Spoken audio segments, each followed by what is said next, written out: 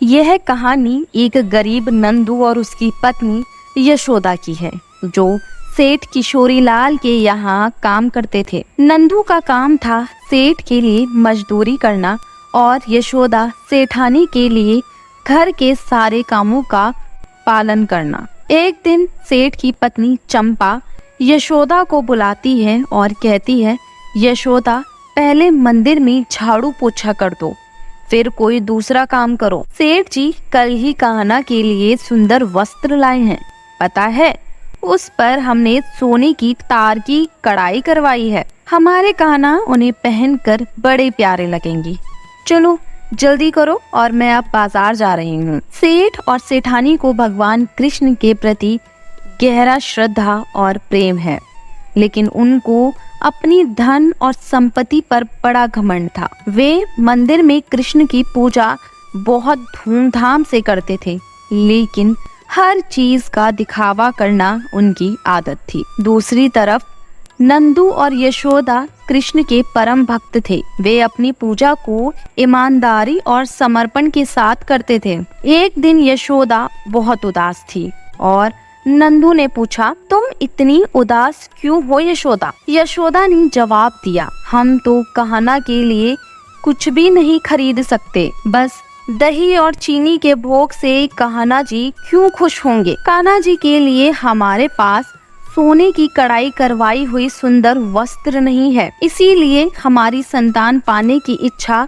पूरी नहीं हो रही है। नंदू ने समझाया, तुम गलत सोच रही हो यशोदा। कृष्ण जी सभी भक्तों को समर्पण की भावना से देखते हैं। उन्हें सच्ची श्रद्धा और समर्पण की भूख है। वे हमारे समर्पण को स्वीकार करते हैं।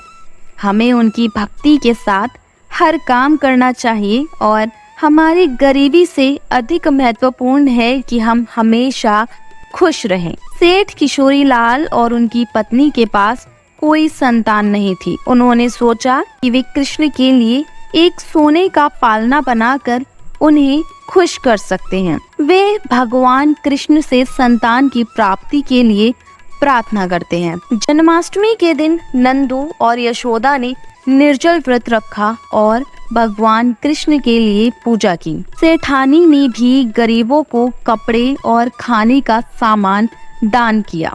शाम को सेठानी ने यशोदा को नई साड़ी और कुछ फल दिए। यशोदा ने उस साड़ी के श्री कृष्ण के लिए वस्त्र तैयार किए और फलों का भोग लगाया। फिर भगवान से प्रार्थना की कि वह उनकी इच्छाओं को पूरा करे और उन्हें एक संतान का आशीर्वाद दे। पूजा के दौरान यशोदा इतनी भावुक हो गई कि वह रोते रोते बेहोश हो गई। यह देख नंदू घबरा गया और जल्दी से यशोदा को डॉक्टर के पास लेके गया। वहाँ डॉक्टर ने बताया कि यशोदा माँ बनने वाली है। इस समाचार से नंदू और यशोदा बहुत खुश हो जाते हैं। वे दोनों भगवान का आभार प्रकट करते हैं। कुछ समय के बाद यशोदा को 2 बेटे होते हैं। पूरा घर जलमग्न हो जाता है। सेठानी यह देख मायूस हो जाती है, जिसके बाद नंदू और यशोदा अपना एक बेटा